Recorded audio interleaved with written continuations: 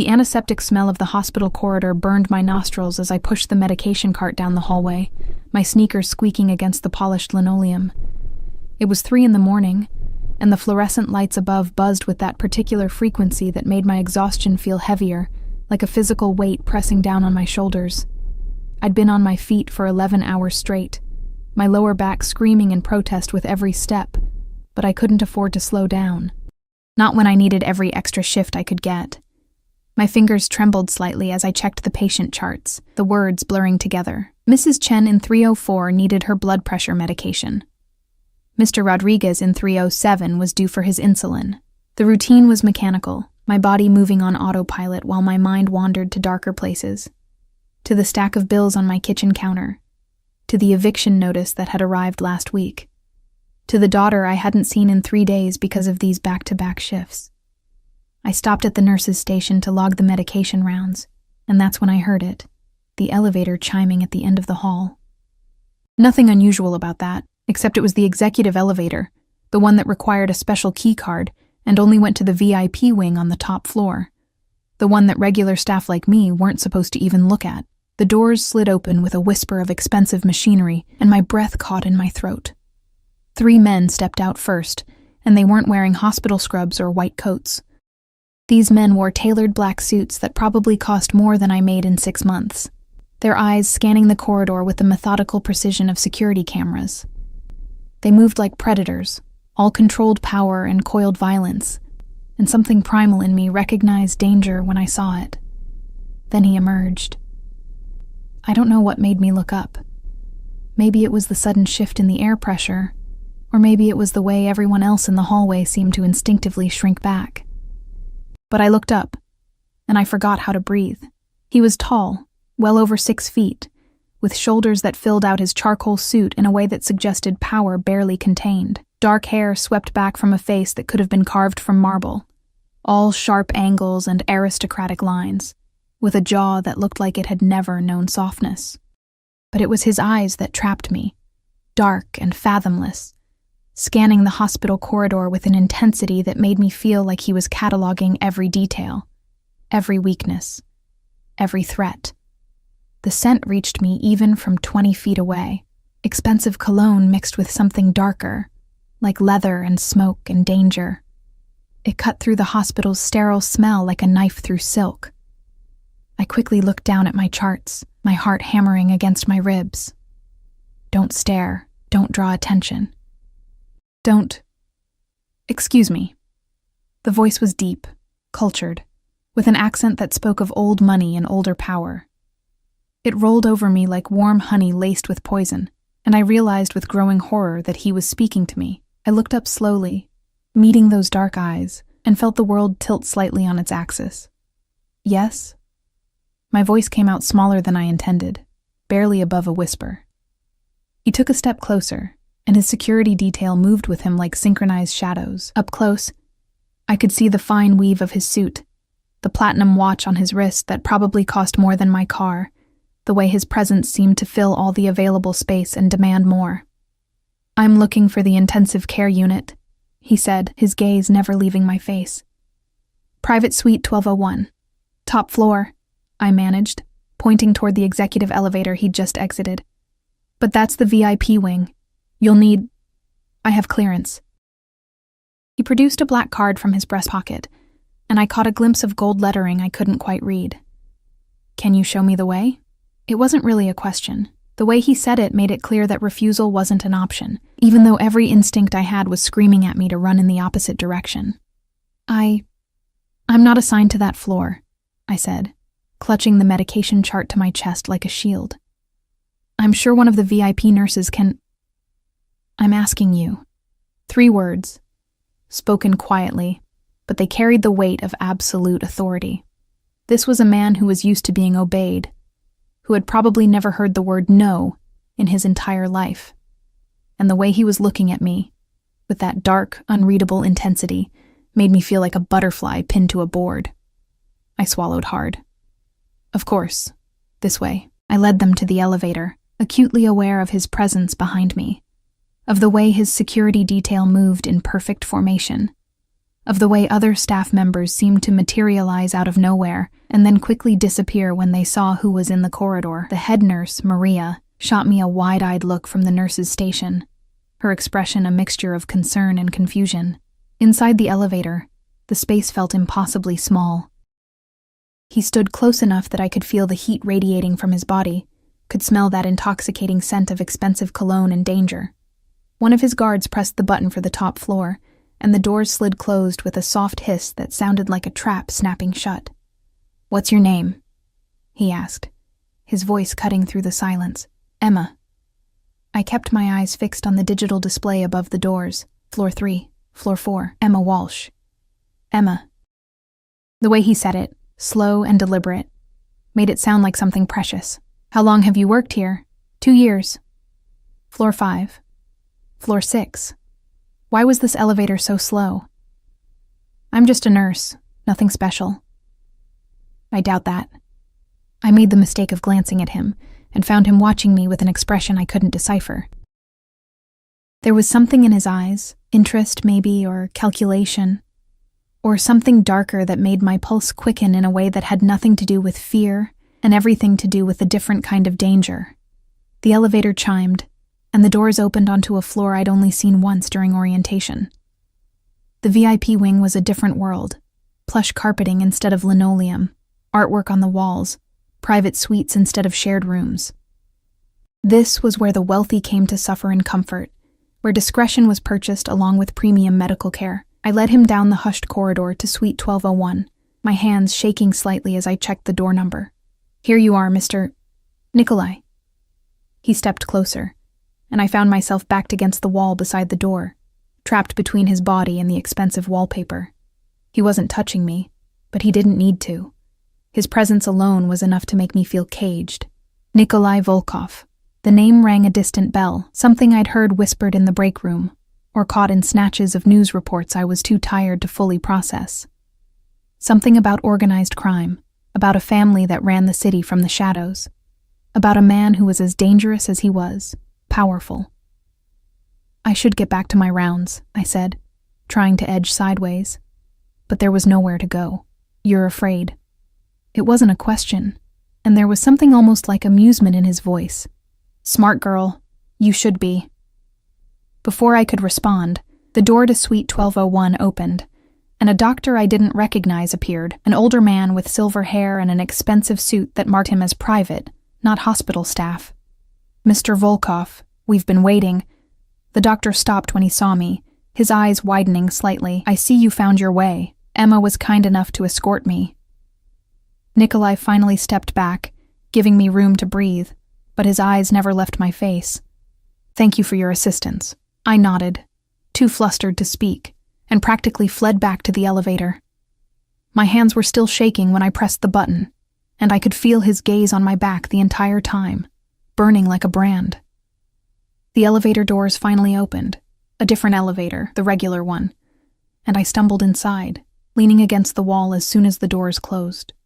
My heart was racing, my palms sweaty, and I couldn't shake the feeling that something had just shifted in my carefully controlled world. I made it back to the 3rd floor and threw myself into my work, trying to forget those dark eyes and that dangerous voice. But throughout the rest of my shift, I couldn't stop thinking about him, couldn't stop feeling the ghost of his presence. At 6 a.m., my shift finally ended. I changed out of my scrubs in the staff locker room, my movements mechanical with exhaustion. My phone buzzed, a text from my sister asking if I could pick up Lily from school today. I responded with a quick yes, even though I had another shift starting at 6 p.m. I'd figure it out. I always did. I was halfway across the parking lot, fumbling for my car keys in my oversized purse, when I heard it. The screech of tires, the roar of an engine. I looked up just in time to see a black SUV careening around the corner, heading straight for the parking lot entrance at a speed that was definitely not safe for a hospital zone. I jumped back instinctively, my purse flying from my hands and spilling its contents across the asphalt. Wallet, phone, lip balm, loose change rolling everywhere. The SUV screeched to a stop about 10 feet away, and my heart was pounding so hard I thought it might burst through my ribcage. But that wasn't the worst part. The worst part was when I bent down to gather my scattered belongings, and saw what had fallen from an inner pocket of my purse. A small plastic bag containing about 50 white pills. Pills that definitely weren't prescribed to me. Pills that I had absolutely no explanation for being in my possession. Pills that I had never seen before in my life. My hands froze, hovering over the bag as my mind raced. This wasn't possible. I didn't use drugs. I didn't sell drugs.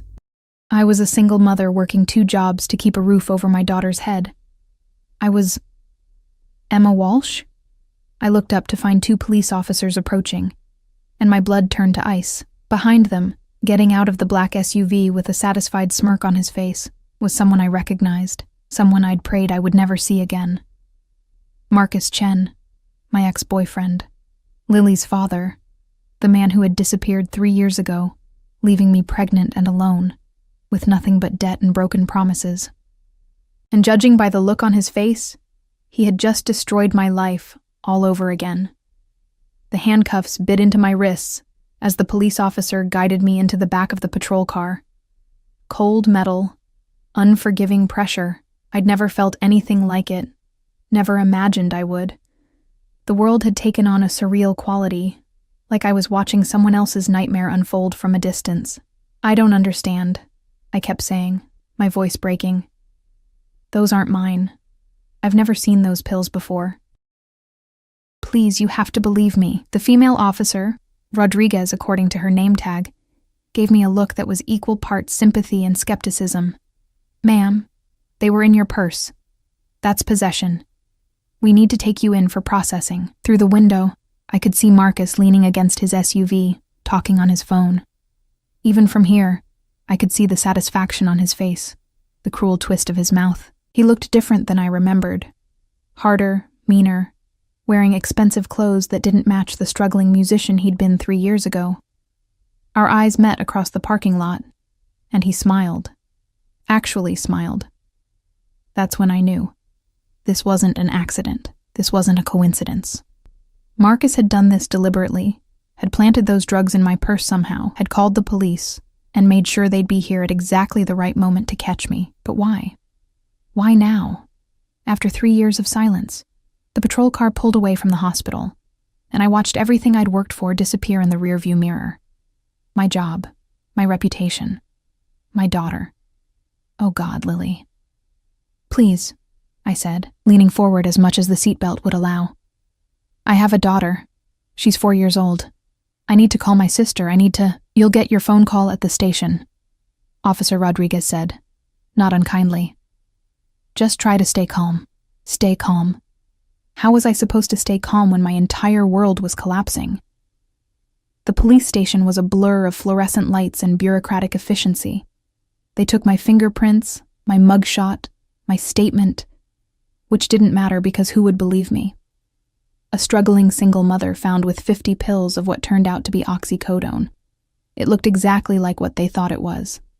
A nurse stealing from the hospital pharmacy to sell on the street. They let me make my phone call. I called my sister, Sarah, and tried to keep my voice steady as I explained what had happened. She didn't understand. How could she?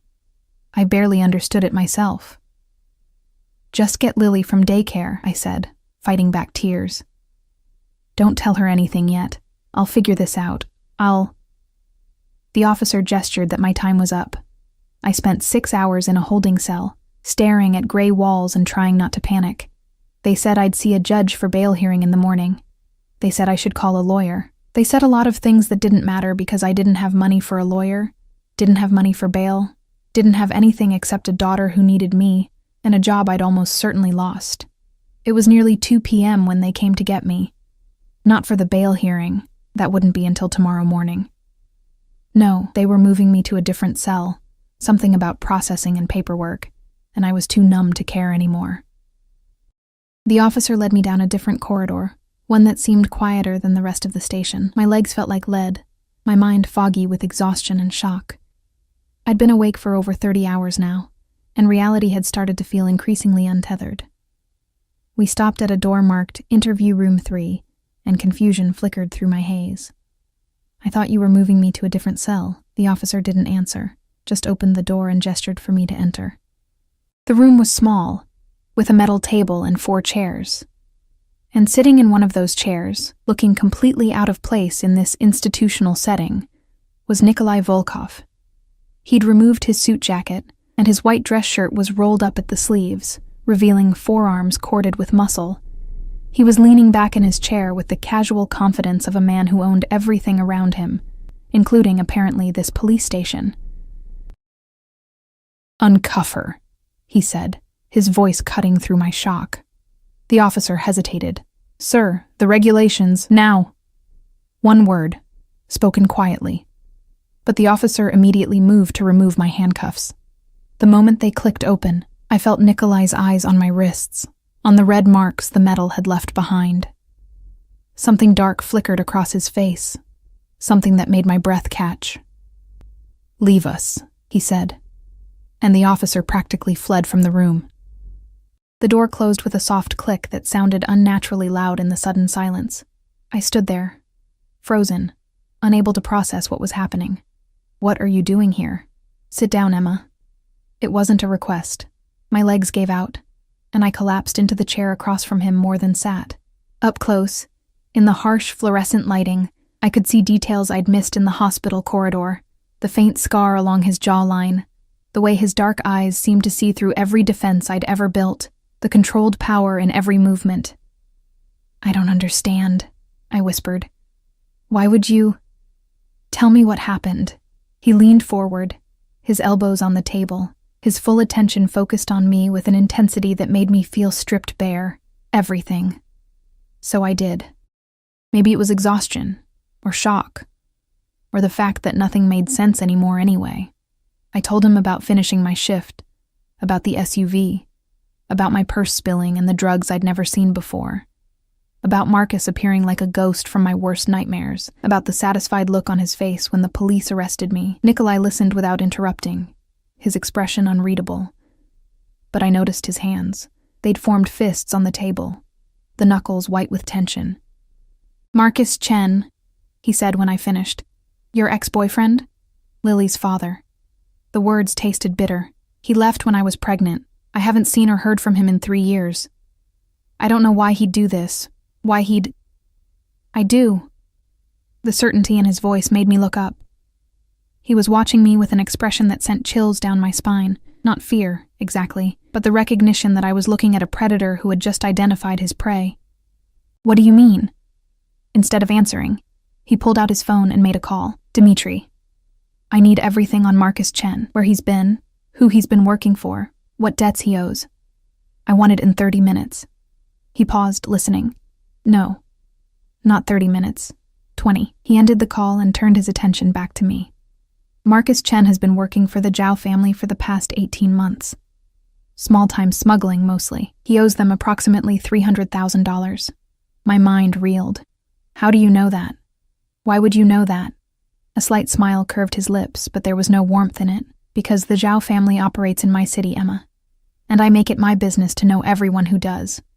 The implications of what he was saying slowly penetrated my exhausted brain. Yes. He didn't elaborate, didn't need to. The single word confirmed what I'd already suspected in the hospital corridor. I should have been terrified. I should have been running for the door, screaming for help. But instead, I heard myself ask, "What does this have to do with me? Why would Marcus set me up? Insurance." Nikolai's jaw tightened. "The Zhao family lost a shipment 2 weeks ago.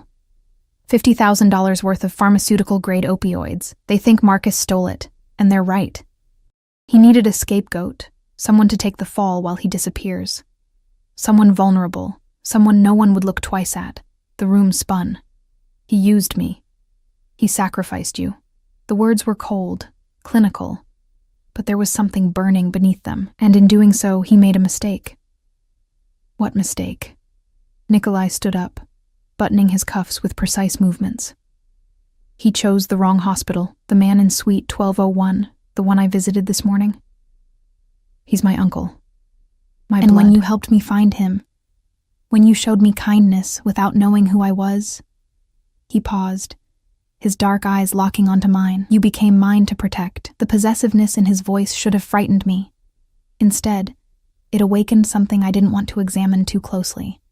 A desperate hope that maybe, just maybe, I wasn't alone in this nightmare. I don't understand. Why would you help me? You don't even know me. He moved around the table with predatory grace, stopping so close I had to tilt my head back to meet his eyes. I know enough. I know you work 2 jobs to support your daughter. I know you've been covering shifts for other nurses who needed time off. I know you haven't taken a vacation in 2 years. I know you're exactly what you appear to be. Good, honest, innocent. How do you know all that? Because I own this city, Emma, and from the moment you looked up at me in that corridor, from the moment I saw fear and kindness warring in your eyes. He reached out, his fingers brushing the red marks on my wrist with surprising gentleness. I made you my business. His touch sent electricity through me, and I jerked back instinctively. He smiled, and this time there was something dark and satisfied in the expression. The charges will be dropped, he said, returning to his side of the table. You'll be released within the hour. Your job at the hospital will be waiting for you, along with a formal apology from the administration and the police department. How can you? Because I can. Simple. Absolute. But there are conditions. Of course there were. Nothing in life was free, especially not salvation from a man like Nikolai Volkov. What conditions? My voice came out steadier than I felt. Marcus Chen owes the Zhao family money. Money he doesn't have, because he already spent it trying to establish himself as independent. He set you up to buy himself time to run. But running won't save him, Emma. Not from them, and certainly not from me. I don't want revenge. I just want my life back. Too late for that. He leaned forward, his eyes boring into mine. Marcus knows you saw him. He knows you can identify him. And when the Zhao family realizes the police arrested the wrong person, they'll come looking for answers. They'll come looking for you and your daughter. Terror flooded through me, cold and paralyzing. Lily. Oh God, Lily. I have men watching your sister's house right now. Your daughter is safe, but she'll only stay safe if you agree to my terms. I wanted to argue, to fight, to maintain some semblance of independence, but I was a mother first, and Lily's safety trumped everything else. What do you want? You and your daughter move into my estate, under my protection, under my name. You work at the private medical facility I own instead of the public hospital. Better pay, better hours, and most importantly, controlled access. No one gets to you without going through me first. It sounded like a cage wrapped in silk. For how long? Until I've dealt with Marcus and neutralized the threat from the Zhao family, he paused. Or until you choose to leave. That last part surprised me. I can leave? You're not a prisoner, Emma. You're under my protection. There's a difference. His eyes darkened. Though I should warn you, I'm not good at letting go of things I consider mine. There it was again. That possessive edge that should have terrified me, but instead made something flutter low in my stomach. And if I say no, then I walk out of this room, and you take your chances with the legal system, with Marcus, with the Zhao family. You gamble with your life and your daughter's future. He stood up, preparing to leave. Choose quickly, Emma. My patience has limits. I thought of Lily, of her bright smile and infectious laugh, of the way she called me Mama and trusted me to keep her safe. I thought of Marcus's satisfied smirk, of the drugs planted in my purse, of how easily my life had been destroyed in a single moment. I thought of having nowhere else to turn. Okay, I whispered. We'll come. Nikolai's smile was triumphant and terrifying in equal measure. Smart girl. He moved to the door, then paused with his hand on the handle. One more thing, Emma. From this moment forward, you don't speak to anyone about our arrangement without my permission. You don't go anywhere without security. And most importantly, he turned back, his expression deadly serious. You trust no one but me. Understood? I nodded, my throat too tight for words. Good. He opened the door and I heard voices in the corridor, authoritative, deferential. Someone will take you to collect your daughter. Pack what you need for both of you. My men will handle the rest. Then he was gone, leaving me alone in the interview room with the scent of his cologne and the terrifying realization that I'd just traded one kind of danger for another. But at least this danger had promised to keep Lily safe, and for that, I would have made a deal with the devil himself. The estate was nothing like I'd imagined, though I'm not sure what I'd expected from a man like Nikolai Volkov. Maybe something dark and fortress-like, all concrete walls and armed guards. Instead, the car, a sleek black Mercedes with bulletproof windows and a driver who looked like he could bench press a tank, pulled through ornate iron gates into what could only be described as a private paradise. Lily pressed her face against the window, her eyes wide with wonder. "Mama, is this a castle?" "Something like that, baby." My voice sounded hollow even to my own ears. The main house rose 3 stories from manicured grounds, all cream-colored stone and tall windows that glinted in the late afternoon sun. Gardens sprawled in every direction. Roses, fountains, marble statues that probably cost more than I'd earn in a lifetime. It was beautiful. It was opulent. It was a cage wrapped in beauty, just as I'd suspected. Sarah had handed Lily over with questions I couldn't answer and concern written all over her face. "Emma, what's going on? Who are these men? Why do you have bodyguards?" "It's complicated," I'd said, hugging Lily tight and breathing in her familiar scent of strawberry shampoo and childhood innocence. "I'll explain everything soon, I promise." But how could I explain what I didn't fully understand myself? The car stopped at the front entrance, and the driver, a man named Victor, who'd spoken maybe 5 words during the entire drive, opened the door. Lily scrambled out first, immediately entranced by a nearby fountain featuring bronze dolphins.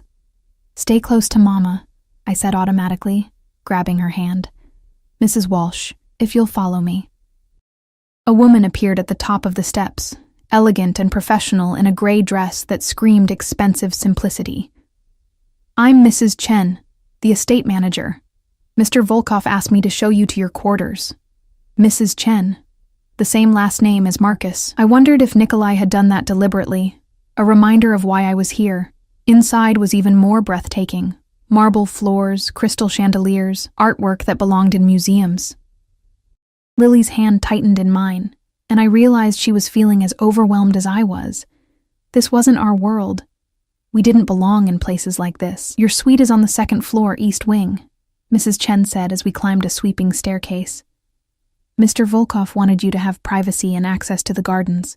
He thought your daughter might enjoy the play area we maintain for visiting family, as if we were guests rather than..." What? Refugees? Prisoners? Protected assets? She opened double doors into a space larger than my entire apartment. Floor-to-ceiling windows overlooked the gardens, letting in golden afternoon light. The living area featured cream-colored furniture that looked like no one had ever sat on it, while an open door revealed a bedroom beyond with a bed so large it could sleep 4 people comfortably. "The child's room is through here," Mrs. Chen continued, leading us to an adjoining space that made Lily gasp with delight. It was a little girl's dream, painted in soft lavender with white furniture. A canopy bed draped in gauze, shelves lined with toys and books that still had price tags. Someone had thought of everything, down to the stuffed animals arranged on the bed and the child-sized table set up for tea parties. "Mama, look!" Lily ran to examine a dollhouse that was an exact replica of this very estate. "It's so pretty, Mr. Volkov had this prepared this afternoon," Mrs. Chen said quietly. "He wanted your daughter to feel at home." The thoughtfulness was unexpected, unsettling. It spoke of resources and power I couldn't comprehend. The ability to transform a room in hours, to anticipate needs I hadn't even voiced, to create comfort in the middle of chaos. "When will I see him?" I asked. "Mr. Volkov? He'll join you for dinner at 7. Until then, please make yourselves comfortable. If you need anything, just press the button by the door. Someone will assist you immediately." Mrs. Chen moved toward the exit, then paused. "Mrs. Walsh, Mr. Volkov wanted me to tell you that you're safe here, truly safe. He takes the protection of his household very seriously." After she left, I sank onto the couch and watched Lily explore her new room through the open doorway. She was chattering to herself, already adapting the way children do, already accepting this strange new reality with the resilience I wished I possessed. My phone buzzed. A text from Sarah demanding answers. I stared at it, Nikolai's warning echoing in my mind. "You don't speak to anyone about our arrangement without my permission." I typed out a careful response. "Everything's fine. New security job came up with housing included. We'll explain more soon. Love you." It wasn't entirely a lie, but it felt like one. The hours until dinner passed in a strange suspension of time. I unpacked our meager belongings, clothes that looked shabby in this palatial closet. Lily's favorite stuffed rabbit, a photo of my parents who died when I was 20. Everything I owned fit into 2 suitcases, a stark reminder of how little I had, how easily my entire life could be uprooted. At 6:30, there was a soft knock. A young woman entered carrying garment bags. "Mr. Volkov thought you might want something for dinner," she said shyly, laying them across the bed. "He asked that I help with your hair and makeup, if you'd like." Inside the bags were dresses, elegant, expensive, in styles that would actually flatter my figure. Size 6, exactly right. Of course, Nikolai would know my size. He seemed to know everything else. I chose a simple navy dress, declining the makeup help, but accepting assistance with my hair. The woman, her name was Irina, styled it into a loose updo that made me look sophisticated, almost beautiful. Almost like I belonged here. Lily wore a pink dress that had been included in the haul, and she twirled in front of the mirror, delighted. "I look like a princess." "You are a princess," I said, kissing the top of her head and trying not to think about the cost of everything we were wearing. Mrs. Chen returned at 7 precisely to escort us to dinner. We walked through corridors lined with art I didn't recognize but suspected was priceless, past rooms whose purposes I could only guess at. The house seemed to go on forever, a labyrinth of luxury. The dining room was more intimate than I'd expected. A round table set for 3, candles flickering in crystal holders, windows overlooking gardens now lit by strategically placed lights that turned the landscaping into something magical. And there, standing by the window with a glass of what looked like whiskey, was Nikolai. He'd changed into dark slacks and a black dress shirt, the sleeves rolled up the way they'd been in the police station. He looked relaxed, dangerous, completely at ease in this world of wealth and power. When he turned and saw us, something flickered across his face. Satisfaction, possession, and something else I couldn't name. Emma. My name on his lips sounded different than when other people said it, weighted with meaning I didn't understand. "I'm glad you're here." His eyes traveled over me, taking in the dress, the hair, every detail. And I felt suddenly exposed despite being fully clothed.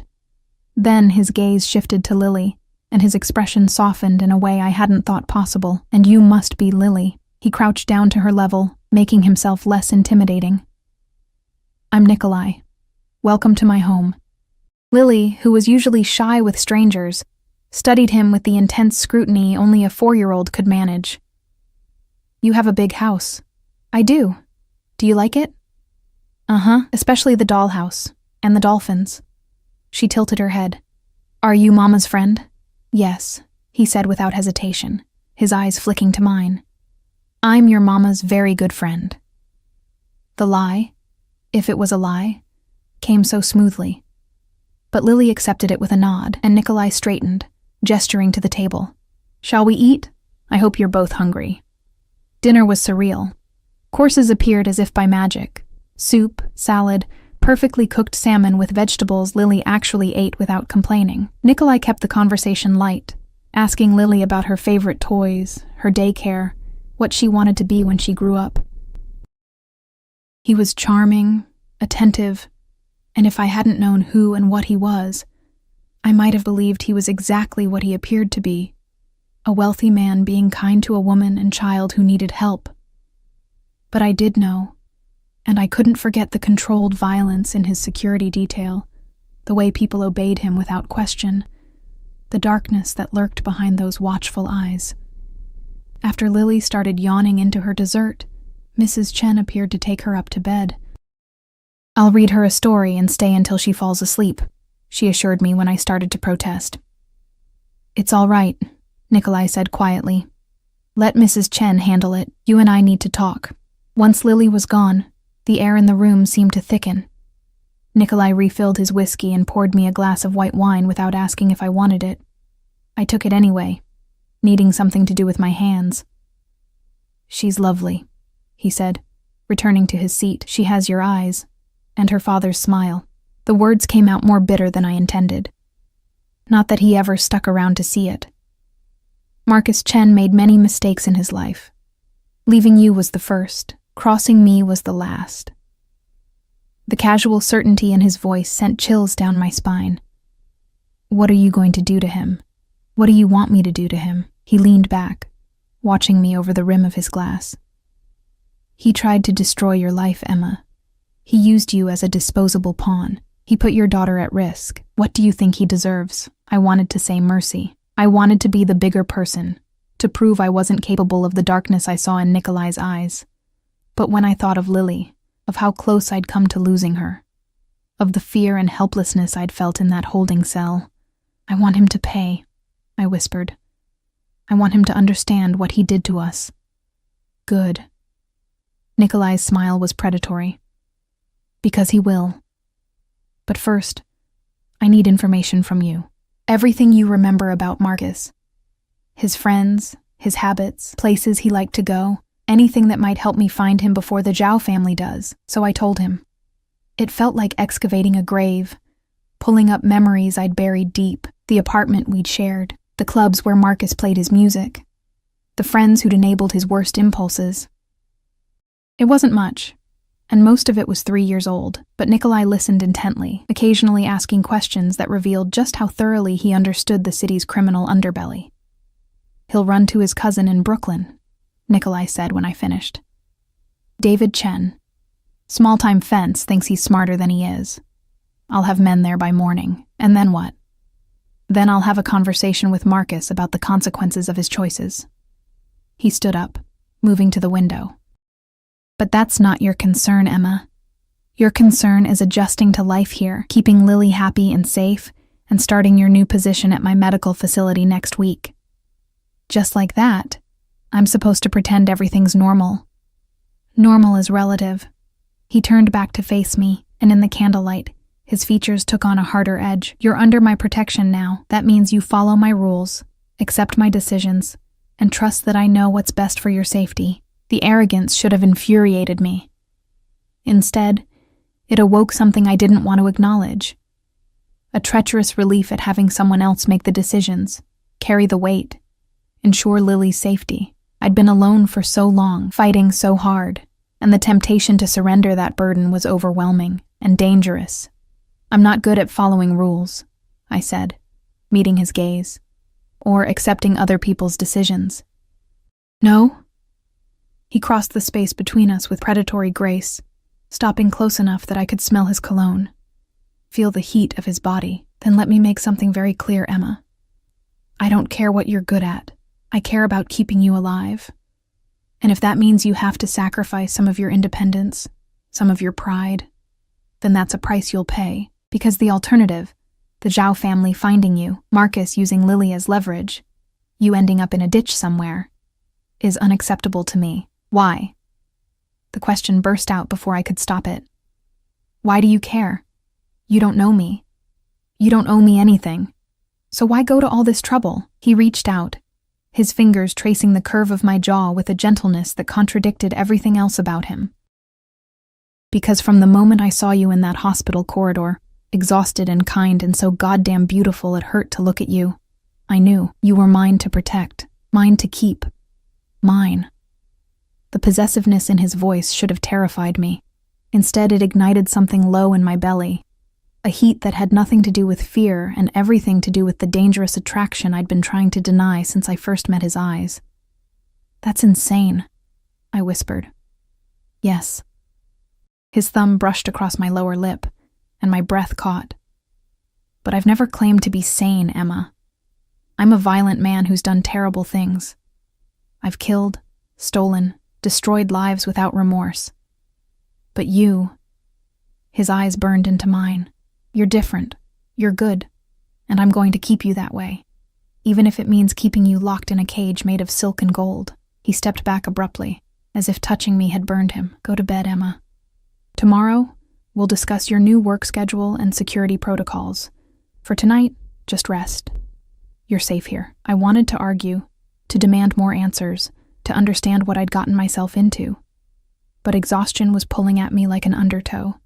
and Lily was upstairs waiting, and maybe, just maybe, I needed to accept that some questions didn't have comfortable answers. "Good night, Nikolai," I said quietly. "Good night, Emma." He turned back to the window, dismissing me. "Sleep well. Tomorrow, everything changes." I walked back through the labyrinth of corridors, finding my way by instinct and the discreet guidance of a guard stationed at every turn. When I finally reached our suite, I found Lily fast asleep in her canopy bed, Mrs. Chen sitting in a chair nearby with a book. "She went down easy," the older woman said softly. "Tired from all the excitement. I'll leave you now.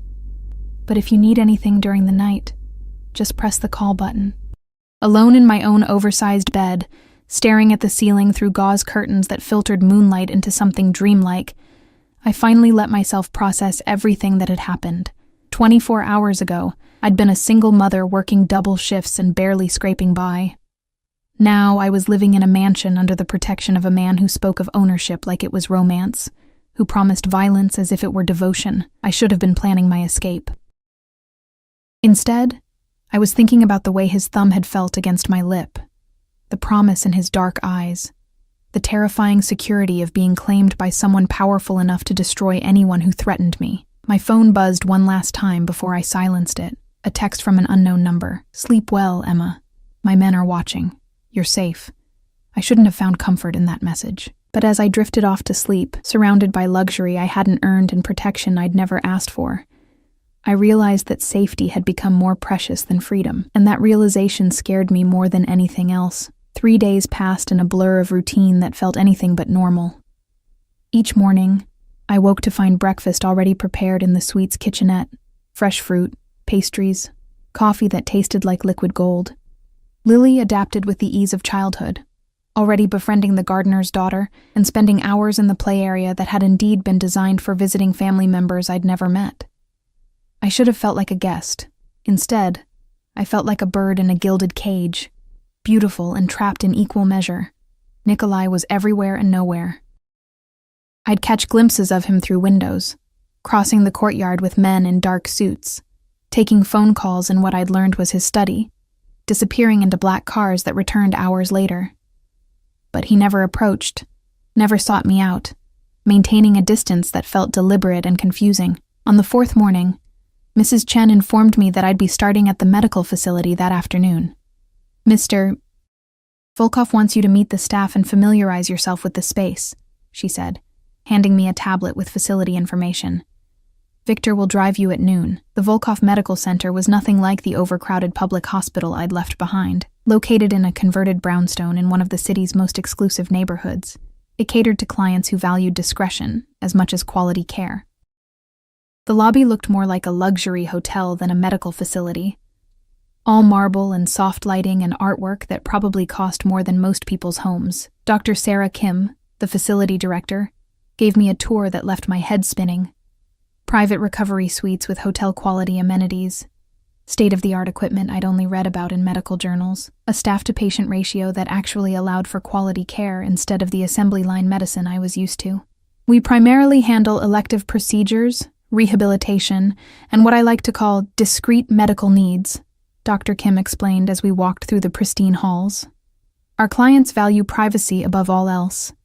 Many are public figures who can't risk their medical information becoming news, and some are criminals who can't risk going to a regular hospital," I said quietly. Dr. Kim didn't flinch. "We don't judge our patients, Emma. We treat them. That's all that matters here." She paused outside a door marked Private Office, E. Walsh. "This is yours.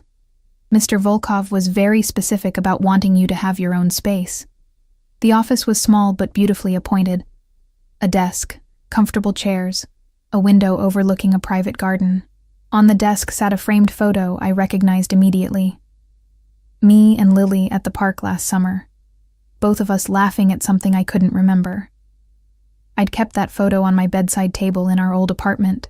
Someone had gone through my things.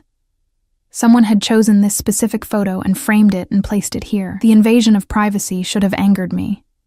Instead, I felt something more complicated, a mixture of violation and tenderness that I didn't want to examine too closely. Your schedule is flexible, Dr. Kim continued. Mr. Volkov insisted that you be able to pick up Lily from daycare yourself. We've arranged for a driver to take you when needed, and if there are emergencies, we have on-call staff to cover. This is too much, I said, overwhelmed. The office, the flexibility, Mr. Volkov takes care of his people. Dr. Kim's expression was kind, but firm. Let him. Trust me, it's easier that way. I spent the afternoon reviewing patient files and meeting staff, all of whom treated me with a deference I hadn't earned. They knew. Everyone knew that I was under Nikolai Volkov's protection, and that made me untouchable, valuable, dangerous to cross. It was nearly 6 when Victor drove me back to the estate. Lily was in the gardens with Mrs. Chen, feeding the koi in the ornamental pond, her laughter carrying across the manicured lawns. The sight made my chest ache with a happiness I didn't trust. This wasn't real. This couldn't last. But God, watching my daughter thrive in a way she never had before, was intoxicating. Emma. I turned to find Nikolai standing on the terrace, and my heart did something complicated in my chest. He'd removed his suit jacket, his shirt sleeves rolled up, looking more relaxed than I'd seen him. But there was something in his expression, tension, maybe, or anticipation, that set my nerves on edge. How was your first day? He asked as I climbed the terrace steps. Overwhelming, beautiful, confusing. I stopped a few feet away, maintaining distance I wasn't sure either of us wanted. You went through my things, the photo in my office. I wanted you to have something familiar. No apology, just statement of fact. Did it upset you? I don't know what I am anymore, I admitted.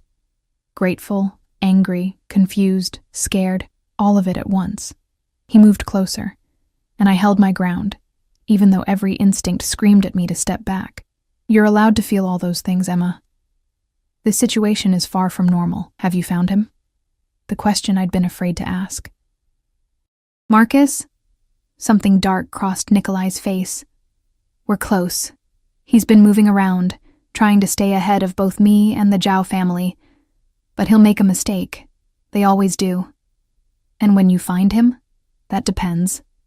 He reached out, tucking a strand of hair behind my ear with a gentleness that seemed at odds with the violence I knew he was capable of. On what you want me to do. Before I could answer, his phone buzzed. He glanced at it, and his entire demeanor changed, the relaxation vanishing, replaced by cold, lethal focus. I need to take this. Go inside, Emma. Now. The urgency in his voice triggered every alarm bell I had. What's wrong? Inside. Now. He was already moving toward the house, phone pressed to his ear, speaking rapid Russian to whoever was on the other end. I hurried after him, fear crawling up my spine. Something was wrong. Something was very wrong. Inside, the house had transformed into controlled chaos. Men in dark suits moved through corridors with purpose, weapons I tried not to look at too closely visible beneath their jackets. Mrs. Chen appeared, her usual calm cracked at the edges. Take Lily to the panic room, Nikolai ordered, his voice carrying the weight of absolute authority. Emma goes with her. No one else. What's happening? I demanded, grabbing his arm. Tell me what's going on. He looked down at where I touched him, then back to my face, and what I saw there made my blood run cold. The Zhao family found out about you. They're on their way here. Now. The world tilted. How? How could they? Marcus. The name came out like a curse. He gave them your location to buy himself more time. They're 15 minutes out, maybe less. He gripped my shoulders, forcing me to focus on him. Listen to me very carefully, Emma. You and Lily are going into the safe room beneath the house. You'll be protected there. My men will handle this. Your men. There's how many of them? How many are coming? Does it matter? His eyes burned into mine. I would call 1,000 men to protect you. I would burn this entire city down before I let them touch you or your daughter. Do you understand me? The ferociousness in his voice, the absolute certainty, should have terrified me. Instead, it ignited something fierce and primal in my chest, a recognition that this man, this dangerous, violent man, had claimed me as his to protect, and he would keep that promise no matter the cost. Nikolai, Go, now." He kissed my forehead, quick and hard, then pushed me toward Mrs. Chen. "Keep them safe."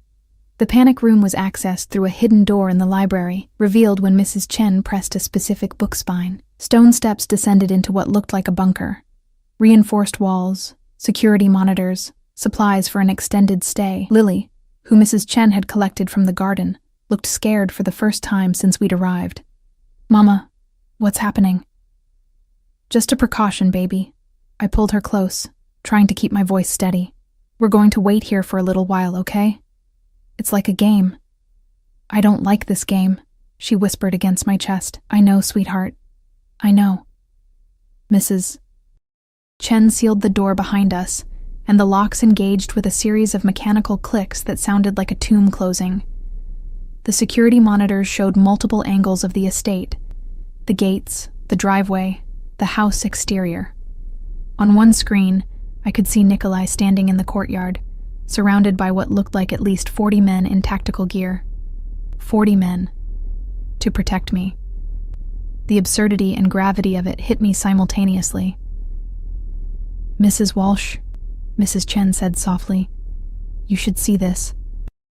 She pointed to another monitor, this one showing the road leading to the estate. My breath caught. Cars. So many cars. Black SUVs moving in formation. At least 20 of them. Maybe more. "That's the Zhao family?" I whispered. "And their associates." Mrs. Chen's face was grim. "They brought an army." On the main monitor, I watched Nikolai give orders, his men spreading out in defensive positions. He looked calm, almost relaxed, as if he faced small armies every day. Maybe he did. What did I really know about his life? About the violence he'd casually mentioned committing? The cars reached the gate, stopped. For a long moment, nothing happened. Then the shooting started. Even through the reinforced walls, I could hear it. The rapid crack of gunfire, the shouts, the chaos. Lily clamped her hands over her ears, and I pulled her into my lap, covering her body with mine, useless protection against what was happening above us. The monitors showed hell. Muzzle flashes in the growing darkness. Men taking cover behind vehicles, walls, statues. The beautiful gardens being torn apart by bullets. And in the center of it all, Nikolai, moving with lethal precision, returning fire with a calm that spoke of extensive experience. "How long will this last?" I asked Mrs. Chen, my voice shaking. "Until one side wins or retreats." She was watching the monitors with the detachment of someone who'd seen this before. "The Zhao family is trying to send a message. Mr. Volkov is sending one back." Minutes crawled by like hours. On screen, I watched bodies fall. Some of Nikolai's men, more of the attackers. The violence was surreal, like watching an action movie, except this was real. These were real bullets, real blood, real death, happening because of me. Then on one monitor, I saw something that made my heart stop. More cars, dozens of them. Coming from every direction, surrounding the Zhao family's forces like a closing fist. "What?" I started. "Reinforcements." Mrs. Chen's lips curved into a small smile. Mr. Volkov called in the families allied to him. The Sokolovs, the Petrovs, the Ivanovs. Every Russian organization in the city just showed up to defend his territory. I watched in awe as what had to be hundreds of men emerged from the newly arrived vehicles. The Zhao family, realizing they were suddenly outnumbered at least 3-1, began retreating. The shooting intensified briefly, then started to fade as the attackers fled. It was over in less than 30 minutes. 30 minutes that felt like a lifetime. The all-clear signal came through. 3 long tones on the intercom system. Mrs. Chen unlocked the door, and we emerged into a house that looked untouched, as if the battle outside had never happened. But when I stepped onto the terrace, I could see the damage, bullet holes in the stone walls, shattered windows, flowers destroyed, fountains cracked, and bodies. Oh God.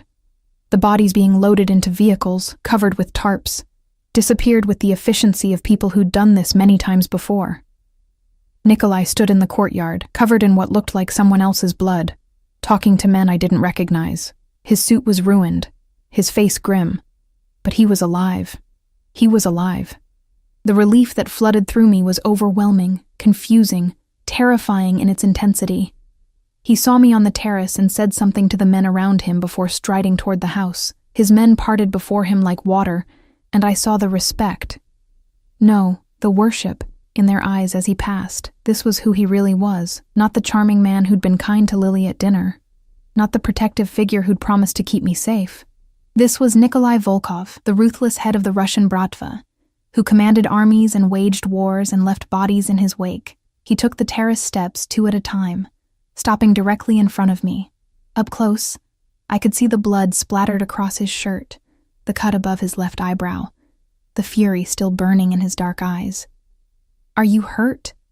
His hands were on my face, tilting it toward the light, checking for injuries that didn't exist. "I'm fine. We're fine." My voice came out steadier than I felt. "You're bleeding." "It's nothing." He dismissed the cut with a wave. "Emma, I need you to understand something. What you just witnessed. That's the world I live in. That's who I am. Violence, death, war. It's my reality. And now it's yours too, because of me." "Because of Marcus," I corrected. "He's the one who—" "No." His grip tightened on my face, forcing me to meet his eyes. "This is on me. I claimed you, made you mine, and that put a target on your back. The Zhao family came here to send me a message. That they can reach my people, hurt what I protect. They failed today, but they'll try again. Everyone will. Now that they know you matter to me." The revelation hung between us, heavy and significant. "I matter to you. Yes." No hesitation, no softening of the admission. "You matter. More than you should. More than is wise. More than I can afford. But I can't seem to make myself care about the consequences." On the monitor, I could still see through the terrace doors. Bodies were being cleared, damage assessed. The world Nikolai had just described made visceral and real. I should have been repulsed. I should have been planning to run the moment I had the chance. Instead, I found myself saying, "What happens now?" "Now?" A dark smile curved his lips. "Now I make it very clear that touching you means death. I'm going to find Marcus, and I'm going to make an example of him that will echo through every criminal organization in this city. I'm going to show the Zhao family what it costs to come after what's mine. And then—" He leaned closer, his breath warm against my ear. "Then I'm going to make sure you never leave me, Emma, because I've tasted what it's like to protect you, to keep you safe, to know you're under my roof, and I'm not strong enough to give that up." His words should have sounded like a threat. Instead, they sounded like a promise, dark and seductive and absolute. "You're insane," I whispered. "I warned you I was." He pulled back, his eyes searching mine. "Tell me to stop, Emma. Tell me you want to leave, and I'll arrange safe passage for you and Lily somewhere far from here. New identities, new lives, protection from a distance. Just say the word." It was a test, maybe, or an out. A chance to escape before I fell any deeper into this dangerous, seductive world. I thought of Lily upstairs, traumatized by what she'd heard. I thought of the bodies being cleared from the gardens. I thought of the violence that would always be part of Nikolai's life, the danger that came with being his. And then, I thought of his hands on my face, checking for injuries, the way he'd called in an army to protect me. The absolute certainty in his voice when he said I mattered. "I'm not leaving," I said, and watched something fierce and triumphant flare in his eyes. "Good." He kissed me then, hard and possessive and tasting of violence and promise, because I wasn't going to let you go anyway. 2 weeks passed before Nikolai found Marcus. 2 weeks of settling into a routine that felt increasingly less like captivity and more like something else. Something dangerous and addictive that I was afraid to name. I worked at the medical facility, picked up Lily from the private school Nikolai had enrolled her in, returned each evening to the estate that had started to feel disturbingly like home. The attack had left visible scars, repaired windows, new stonework, gardens still recovering from the violence, but it had also left invisible ones. Lily had nightmares the first few nights, waking up crying about loud noises and bad men. I'd hold her until she fell back asleep, then lie awake wondering what kind of mother allowed her daughter to live in a world where gunfights were a reality. But then morning would come, and Lily would laugh at breakfast with Mrs. Chen, play in gardens patrolled by armed guards she'd learned to see as friendly protectors, ask when Mr. Nikolai would be home for dinner. She was adapting, thriving even, in ways that made my guilt and gratitude war inside my chest. Nikolai himself had been different since the attack. More present, more openly possessive. He'd taken to having dinner with us most nights, listening to Lily chatter about her day with a patience I wouldn't have thought him capable of. And after she went to bed, he'd pour us wine and we'd talk about everything and nothing, carefully avoiding the most dangerous topics while circling ever closer to truths neither of us was ready to voice. The tension between us had become almost unbearable. Every accidental touch felt electric. Every shared glance carried weight.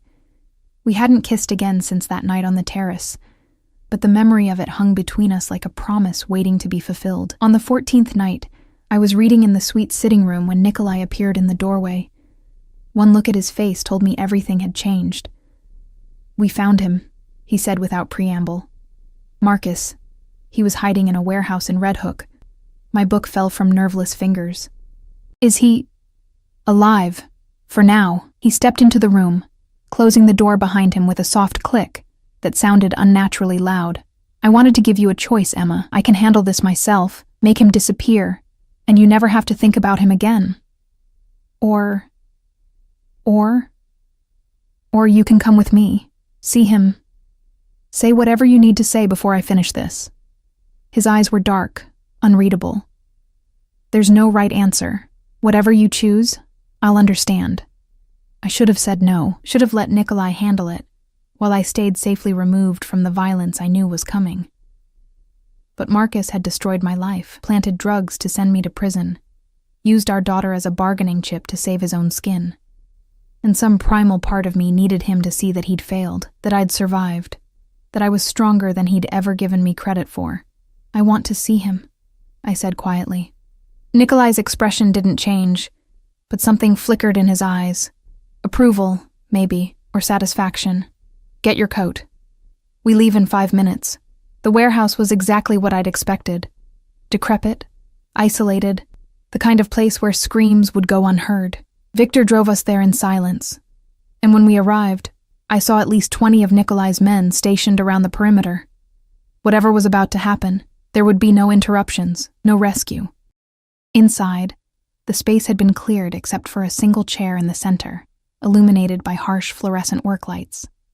And tied to that chair, bleeding from a split lip and what looked like a broken nose, was Marcus Chen. He looked up when we entered, and the fear in his eyes transformed to shock when he saw me. "Emma? What the fuck?" "Careful." Nikolai's voice cut through the warehouse like a blade. "That's the last time you speak to her without permission." Marcus's gaze darted between us, understanding dawning. "Oh God. You're with him? You're with Volkov?" "She's under my protection," Nikolai corrected, his hand settling possessively on the small of my back. "Because of what you did. Because you tried to destroy her life to save your worthless skin." "I didn't have a choice.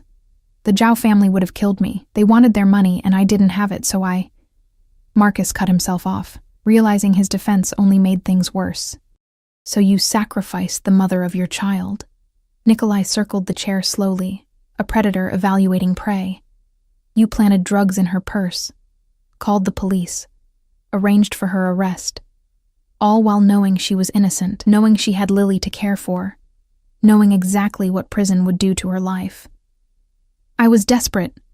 Marcus's voice rose, panicked. "You don't understand what it's like owing the Zhao family.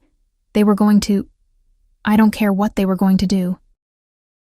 The temperature in the room seemed to drop with Nikolai's words. "I care that you made Emma a target, that you endangered a child, that you thought you could use my city as your personal playground without consequences." He nodded to one of his men, who stepped forward with a metal case. When it opened, I saw things I didn't want to identify. Tools designed to cause pain, to extract information, to inflict suffering. I should have looked away, should have left the warehouse, waited in the car, preserved some innocence, but I couldn't move, Couldn't stop watching as Marcus's face went white with terror. "Please," Marcus whispered. "Please. I'll do anything. I'll disappear. You'll never see me again, I swear." "You're right about one thing." Nikolai selected something from the case. "Pliers," I realized with sick fascination. "I'll never see you again. But first, Emma has something to say to you." All eyes turned to me. Marcus is desperate and pleading. Nikolai's dark and expectant. The guards carefully neutral. And I realized this was my moment. My chance to confront the man who'd abandoned me, betrayed me, nearly destroyed everything I'd built. I stepped closer to Marcus's chair, close enough to see the fear sweat on his face, smell the desperation rolling off him in waves. Up close, he looked smaller than I remembered, weaker, pathetic in a way that made my years of anger seem almost wasted. "You left me pregnant and alone," I said, my voice steady despite the emotions churning inside. "I worked 2 jobs to support our daughter. I went without sleep, without food, without anything that wasn't absolutely necessary, just to give her a decent life. And she's amazing, Marcus. She's smart and kind and beautiful, and you'll never know her. You'll never get to see the person she becomes." "Emma, please. I'm not finished." The steel in my voice surprised even me. "You could have just disappeared. You could have stayed gone, and I would have been fine with that. But you couldn't even give me that dignity. You had to actively try to destroy me, to take away the life I'd built without you. And for what? A few extra weeks of running from people you owed money." Marcus was crying now, tears mixing with the blood on his face. "I'm sorry. God, Emma, I'm so sorry. I never meant for—" "You're not sorry," I interrupted. "You're scared. There's a difference." I stepped back, suddenly exhausted by the confrontation I'd thought I needed. "I came here thinking I wanted revenge, that I needed to see you suffer for what you did. But looking at you now, I realize you're already suffering. You're going to die tonight because you made stupid choices and burned every bridge you ever had. And I don't need to watch that. I don't need to carry that with me." I turned to Nikolai. "I'm ready to leave." Something like respect flickered across his face. He nodded to Victor, who moved to escort me out, but I paused at the warehouse door, looking back one last time. "She asks about you sometimes," I said to Marcus. "Lily. She asks why she doesn't have a daddy like other kids. I tell her that her daddy loved her but couldn't stay. I made you into something noble in her mind. Something tragic. You should know that she'll grow up thinking well of you, even though you don't deserve it. That's my gift to her, not to you. The gift of not knowing what her father really was." Then I walked out into the night air, leaving Marcus to face the consequences of his choices. In the car, Victor drove in silence while I stared out the window at the city lights blurring past. Behind us, in that warehouse, Nikolai was doing things I didn't want to imagine. Terrible things. Necessary things, maybe, in the world he inhabited. I should have felt guilty, should have felt complicit, should have felt something other than the numb exhaustion that had settled over me like a blanket. By the time we reached the estate, it was after midnight. Mrs. Chen assured me Lily had gone to bed without incident, and I checked on her anyway, needing to see her peaceful face. Remind myself why any of this mattered. I was in my own room, changed into pajamas and trying to pretend I might actually sleep, when I heard the suite door open. Heavy footsteps crossed the sitting room, then my bedroom door swung open to reveal Nikolai. He'd cleaned up, changed clothes, but there was something raw in his expression that hadn't been there before. He looked at me like a drowning man looks at shore, desperate, determined, barely holding himself together. "Is he dead?" I asked, even though I knew the answer. "Yes." No elaboration, no justification, just simple truth. "Good." The word surprised us both, but I meant it. Marcus had made his choices, and those choices had consequences. In Nikolai's world, those consequences were terminal. "Are you afraid of me now?" Nikolai asked, still standing in the doorway. "Now that you've seen what I'm capable of?" I should have said yes, should have recoiled from the violence, maintained some moral high ground. But I was tired of pretending, tired of fighting the truth I'd been dancing around for weeks. "No," I said. "I'm afraid of how much I don't care. I'm afraid that watching you kill a man should bother me more than it does." I'm afraid that being here with you, living under your protection, accepting your gifts and your violence, I'm afraid of how right it all feels. He crossed the room in 3 strides, pulling me up from the bed and into his arms with a desperation that stole my breath. Then stop fighting it, he growled against my hair. Stop pretending you don't feel this. Stop acting like you want to leave when we both know you'd tear yourself apart trying. This is insane, I whispered, even as my hands clutched his shirt, holding him closer. You're a criminal. A killer. Everything about this is wrong. Yes. His lips found my temple, my cheek, the corner of my mouth. And you're still here, still mine, still choosing this even when I've given you every reason to run. He was right. God help me, he was right. I'd had chances to leave, opportunities to escape with Lily to somewhere safe, but I hadn't taken them, because somewhere between the police station and tonight, between fear and protection, between danger and desire, I'd stopped seeing Nikolai as my captor and started seeing him as something more complicated. I can't promise you safety, he said, pulling back to look at me with eyes that burned with intensity. My life is violence and danger and things you shouldn't have to witness. But I can promise you this. I will protect you and Lily with everything I have. I will destroy anyone who threatens you. I will give you anything you want, anything you need, anything that makes you happy, and I will never, ever let you go. That's not a promise, I said softly. That's a threat. It's both. His thumb traced my lower lip, the gesture achingly familiar from that night in the police station. Tell me you don't want this. Tell me you don't feel it too, and I'll walk out of this room right now. I'll keep you safe. Keep my distance. Let you live here as nothing more than someone under my protection. Just say the words. I should have said them. Should have maintained boundaries, protected myself, thought about Lily and what kind of example I was setting. Should have been the responsible single mother I'd always tried to be. Instead, I kissed him. It was different from the brief, possessive kiss on the terrace. This was desperate and hungry and filled with weeks of tension finally breaking free, his hands tangled in my hair, tilting my head to deepen the kiss. And I melted into him with a surrender that should have terrified me, but instead felt like coming home. When we finally broke apart, both breathing hard, he rested his forehead against mine. Say it, he demanded. Say you're mine. I'm yours. The words came easily, naturally, like they'd been waiting weeks to be spoken. God help me, I'm yours. The smile that crossed his face was pure triumph, mixed with something softer, relief, maybe, or joy, or the same desperate happiness I felt blooming in my chest, despite every logical reason not to. And Lily? I had to ask, had to know. What does this mean for her? It means she gains a father who will actually protect her. His voice was fierce. I'll adopt her legally, give her my name, make sure she never wants for anything. She'll grow up safe, educated, prepared for whatever life she chooses, and anyone who tries to hurt her will face the same fate as Marcus Chen. Violence and devotion, inextricably linked. That was who Nikolai Volkov was, and I was choosing him anyway. This is crazy, I said again, but there was no conviction in it anymore. Yes, he agreed, pulling me back into his arms. But you've always known that. 6 months later, I stood in the estate gardens watching Lily chase butterflies with the unself-conscious joy of a 5-year-old who'd never known real fear. She called Nikolai Papa now, had done so since the adoption was finalized 3 months ago.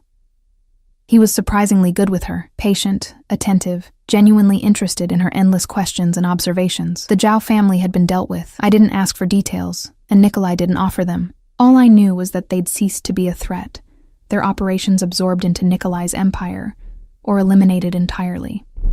The medical facility thrived under my partial management. Dr. Kim had been promoted, and I'd taken on more administrative duties that allowed me to work from home several days a week.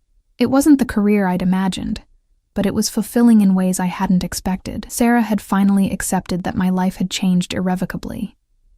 She visited sometimes, always accompanied by guards Nikolai insisted on, always leaving with more questions than answers. But she'd seen Lily flourish, seen the weight lift from my shoulders, and she'd made peace with choices she didn't fully understand. "What are you thinking about?" Nikolai's arms slid around my waist from behind, his chin resting on my shoulder. "How different everything is from 6 months ago," I said honestly. "How I should probably regret all of this. But I don't." "Good." He pressed a kiss to my neck. "Because I'm never letting you regret it." There was still violence in his world, still danger, still moments when armed men appeared, and conversations happened in rapid Russian that I'd started to learn, but didn't yet fully understand.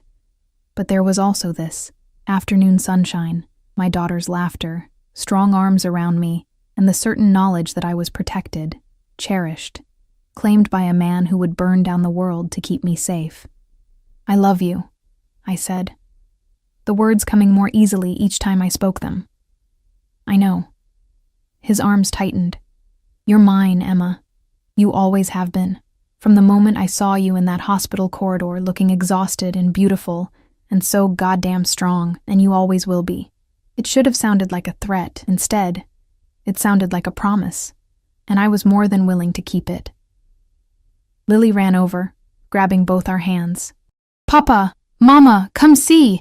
There's a butterfly on the roses, and it's huge!" We followed her across the manicured lawn, the three of us together, a family forged from violence and protection, and a love that made no logical sense but existed anyway, fierce and unbreakable. I'd traded one life for another, given up independence for security, normalcy for danger, freedom for protection, and somehow, impossibly, I'd found happiness in the exchange. Marcus had tried to destroy me. Instead, he'd pushed me toward the one man powerful enough to save me and possessive enough to never let me go. The irony wasn't lost on me. But as I watched Nikolai crouch down to examine the butterfly with Lily, his dangerous face softened by genuine affection for the daughter who'd stolen his heart as thoroughly as I had, I realized I didn't care about irony. I cared about this, about us, about the strange, violent, beautiful life we'd built from the ashes of my old one, and I wouldn't change a single thing. The sun set over the estate, painting the gardens in shades of gold and amber. Inside, dinner would be waiting, prepared by staff who'd become family, served in a dining room where violence and tenderness existed in equal measure. Later, after Lily was asleep, Nikolai and I would retreat to the bedroom we now shared, where he'd hold me like I was precious and claim me like I was his. Because I was his, completely, irrevocably, dangerously his. And I'd never been happier.